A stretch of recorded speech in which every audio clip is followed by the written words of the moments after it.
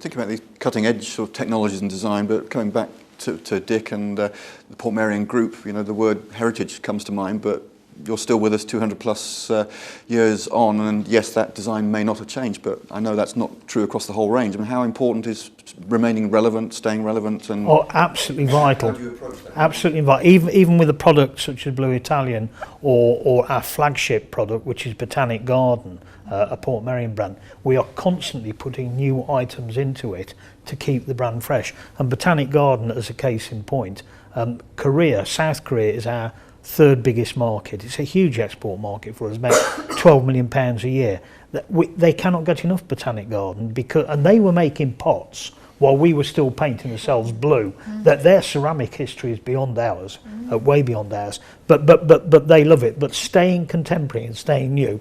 If I turn to my bag of tricks down here, here's one I made earlier. This is Sophie Conran for Portmeirion. And that looks handmade. It isn't handmade. It looks it, though, doesn't it? It does look it. Yes.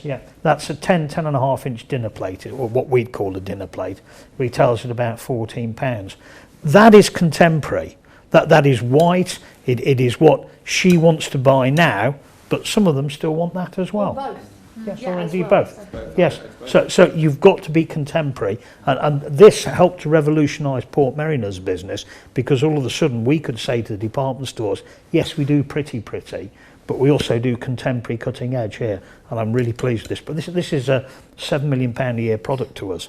And that's what would keep it relevant. Yeah. I think white is the colour at the moment, and although this is good as well. But I mean, when I'm buying wedding presents for younger friends or whatever, they always want white. But how do you variation white? So you have to put design into it.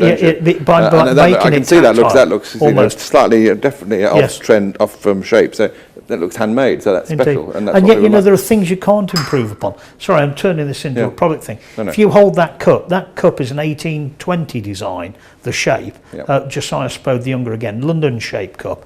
I don't think you can improve upon that as a cup for holding. I think it holds fantastically. Yeah. And so there are things you can't improve upon, and there are things you can improve upon. Yeah. And that's, I think you mentioned earlier, collaboration. I think that's where it gets really exciting, and that's how British brands can stay really current. So you have the heritage to pull upon and draw upon and keep hold of and have as a constant, and then you have the more seasonable, fashionable trends and sort of opportunity up here for collaboration, and be it British and British or fashion with home or home with home. I think collaboration is something in the market that's really important now. It's becoming more and more current. But, you know, take that cup, invite Peter Pilotto to design a pattern or collaboration on it and do a limited edition run so, you know, essentially the same ergonomic design with that handle that works so well, but with a great new fashion design collaboration, or, you know, Faye Toogood, let her get her hands on it and see what she does to it. You know, those kind of collaborations, I think, are what keeps consumers really interested, what keeps a brand like that at sort of the forefront of fashion, as well as drawing on its heritage. And that's I think, the brands that really survive.